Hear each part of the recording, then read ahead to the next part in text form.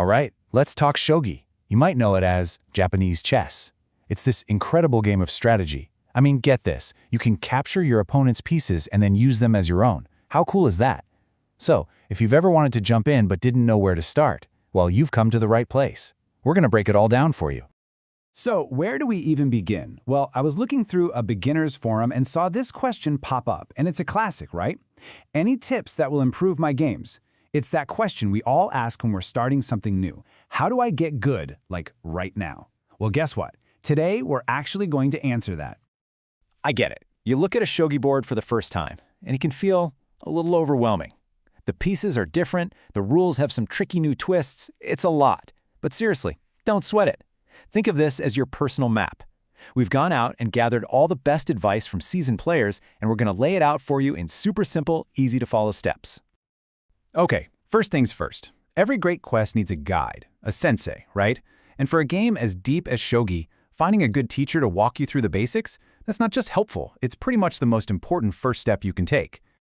And here's the cool part. When you ask around in the Shogi community, hey, where should a total newbie start? Pretty much everyone gives you the same answer. It's kind of amazing how unified they are. For English speakers, there is one YouTube channel that is the undisputed starting line. And that name is Hidechi. Seriously, this quote from a longtime player says everything you need to know. His channel is the place to go. It's like your first lesson with your new Shogi master. He'll take you through everything you need to know to get off to a really solid start. All right, so you've got your basics covered. Now it's time to hit the gym. The mental gym, that is. In Shogi, that means doing a very specific type of puzzle every day to really sharpen your tactical mind and build those fundamental attacking skills. And that's where something called Sume Shogi comes in. Now, if you've played any chess at all, this is going to feel super familiar. Sume are basically checkmate puzzles. You get a board set up, and your one and only job is to find the exact sequence of moves to checkmate the king. Honestly, there is no better way to practice your attacks, period.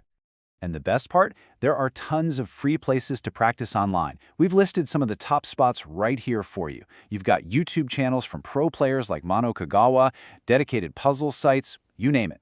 Making Tsume a daily thing, even just for a few minutes, it's like lifting weights for your shogi brain. You will get stronger. Okay, so you've got your sensei, you've got your daily workout. What's next? Strategy. It's time to think about how you want to play.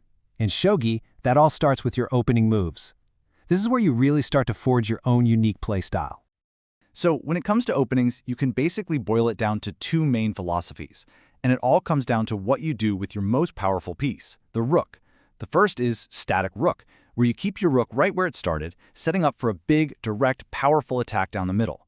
The other is ranging rook, where you swing that rook over to the side, playing a more flexible, counter-punching kind of game.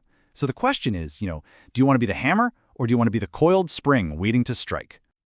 For beginners, a great way to start is just to pick one opening and really learn it inside and out.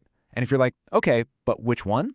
The community has a pretty solid recommendation, Gokigen Nakobisha.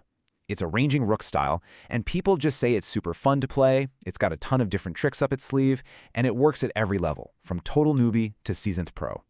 Okay, you've learned the rules, you've done your puzzles, you've even picked out a cool opening strategy. Now comes the most important part of all, actually playing. This is where the rubber meets the road, where everything you've learned finally comes together. But listen, here's a quick but super important tip.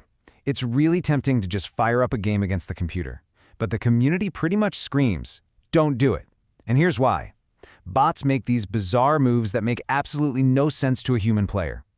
If you want to learn solid fundamentals, you got to play against real people. And thankfully, places like Shogi Wars and 81 Dojo make it super easy to find an opponent online. And this right here is probably the most important secret to getting good. Improvement doesn't just happen because you play a lot of games. No way. It comes from this simple, powerful cycle. You play a game, then you analyze that game, you figure out what you did wrong, and then you do it all over again. This little loop is the engine that's going to power your improvement like nothing else. Yeah, that post-game analysis is absolutely critical. This is how you make sure every single game you play, win or lose, it doesn't matter, becomes a valuable lesson.